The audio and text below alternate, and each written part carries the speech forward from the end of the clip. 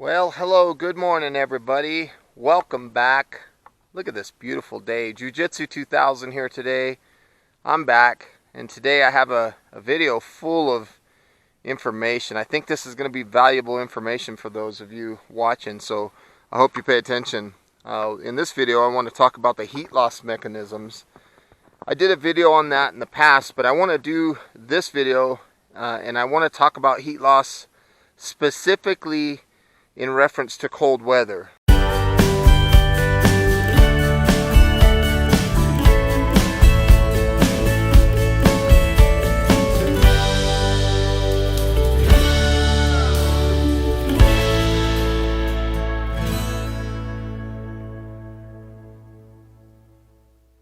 I just finished shooting my winter 2019 overnighter, and a lot of things came to my mind during the night, and I want to share that with you.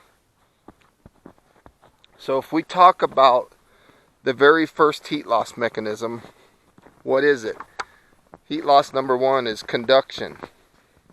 Now conduction is when the heat from a smaller, warmer body is absorbed by the larger, colder body. Okay?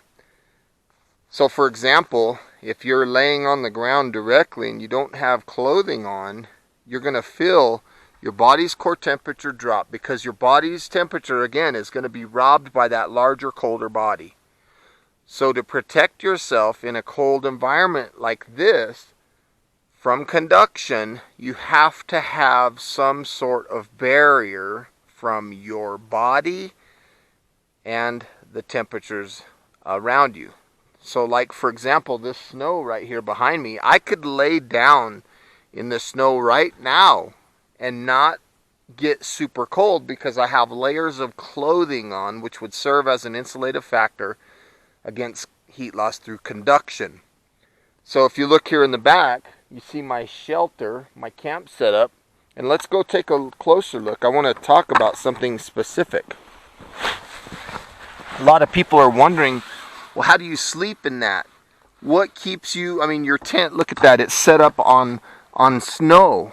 I packed the snow down and I set my tent up, and that's what I slept on. How do you stay warm? The answer is, again, we got to break conduction. We got to have an insulative factor between me and the cold ground beneath me. And I do that a couple of ways. Right here, I have a drop cloth, which is for my feet and stuff when I come in and out. That keeps my feet warm when I walk in. But more importantly, this pad right here. This sleeping pad is very thick. This is an insulation that when I lay on this, the cold from the ground beneath me does not come into my body. It's separated by this layer of protection. So heat loss through conduction is very hard to happen when I sleep on a pad.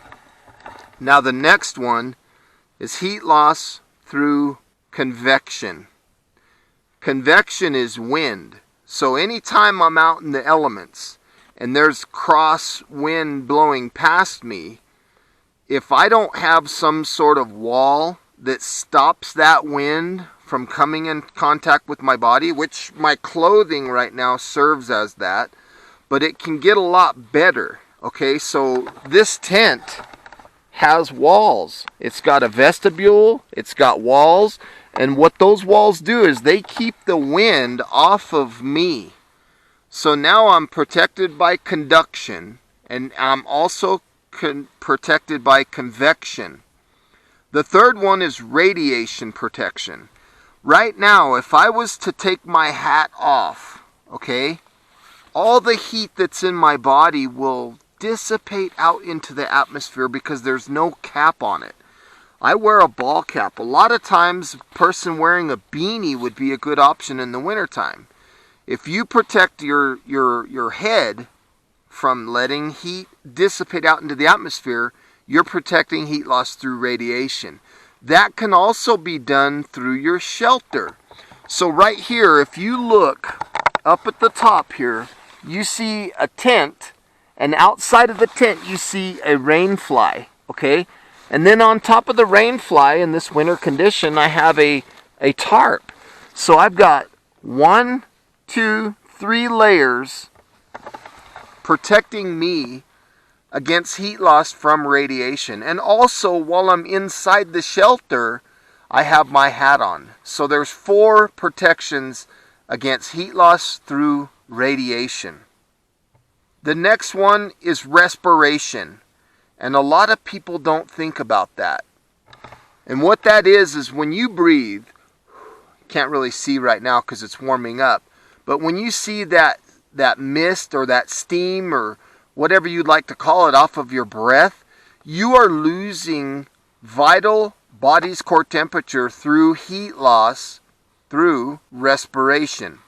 So to protect yourself from respiration, what you need to do is, if you notice on top of my bedroll, there's this camouflage blanket. Okay?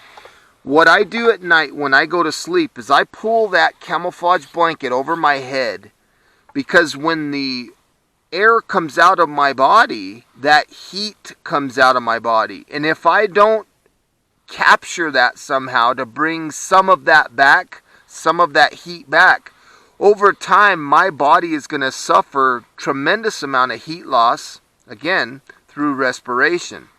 So you can do like, put something over your mouth, and when you blow out, this captures some of that heat and you're bringing heat back in, instead of bringing cold air into your body. You don't want to bring cold air into your body. So I sleep with a blanket or something over my head to keep that warmth coming back in. Warmth goes out, warmth comes back in. Warmth goes out, warm comes back in. That's to prevent heat loss from respiration. Now, the next one, perspiration. When you're doing a physical activity out in the cold like this, and your body starts, maybe you're splitting firewood or whatever, and your body starts to want to heat up because you're working, you're doing something, your body is going to say, I'm getting hot, I need to cool myself. So sweat is going to happen. If you look right there on my, you see a black coat right there. That's another layer of clothing that I've taken off. I do that, I take that layer off because I could feel my body warming up with the normal activity that I'm doing. So I shed layers appropriately. So because I don't want my body to think that it's getting hot. I don't want my body to sweat.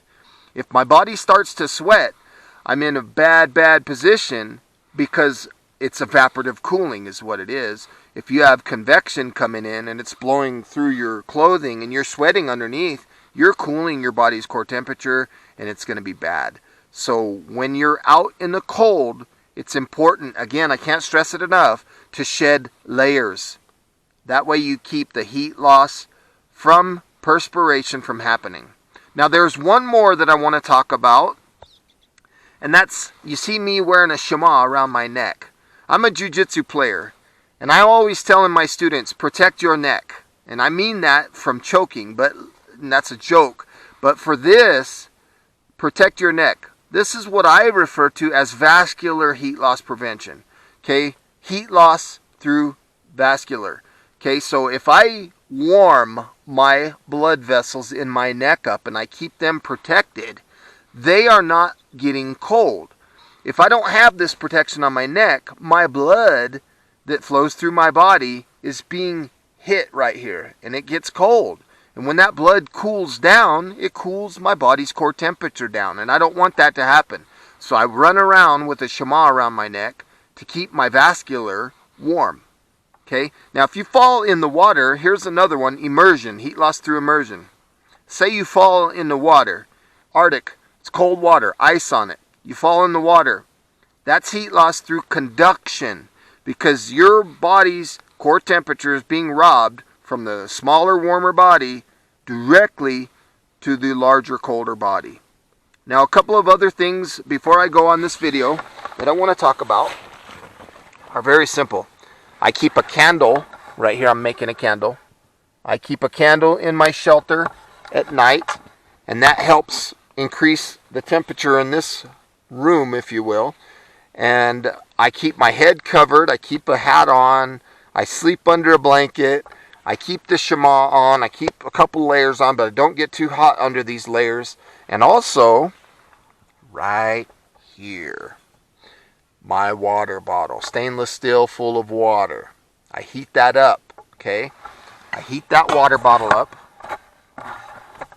And what I do with it is I wrap it in this bandana because the water bottle's now hot. This bandana or a big sock, something like that, so that when I touch that with my body, it's not going to burn me, right? So I stuff that down into my bedroll and I heat up my body. Now, here's something that a lot of people make a mistake on. It's a common misconception. When your fingers or your hands or your toes or your feet or your ears are getting cold, a lot of people will take something like this, hot water, and they'll go to the affected area. They'll put it right on their hands and they'll try to warm their hands. They'll put it right on their ears, right on their neck, right on their toes, right on their feet. That's incorrect. Any time that your body's extremities are being cold, that's due to loss of body heat through your core. So take this, okay? So you're going to take this hot water bottle and you're going to shove it right up underneath your clothing. And what you're trying to do is you're trying to effectively heat your body's core temperature. When your body's core temperature is warm, the blood circulation of your body is also warm, and your fingers, your hands, your toes, your ears, your neck, all of those other extremities are going to be good to go. If you don't believe me, try it. It works. It's very effective. Don't warm the affected area. Warm your body's core temperature. Your stomach, your solar plexus area, and all the way up into your chest. That core needs to stay warm. So I want to say thank you guys for joining me today on this video. I hope you got some good useful information out of it. Please feel free to leave your comments down below. Like this video, share this video, and as always, thank you for stopping by. I hope these help you out, and have a beautiful day. We'll see you next time. Bye for now. Stay warm.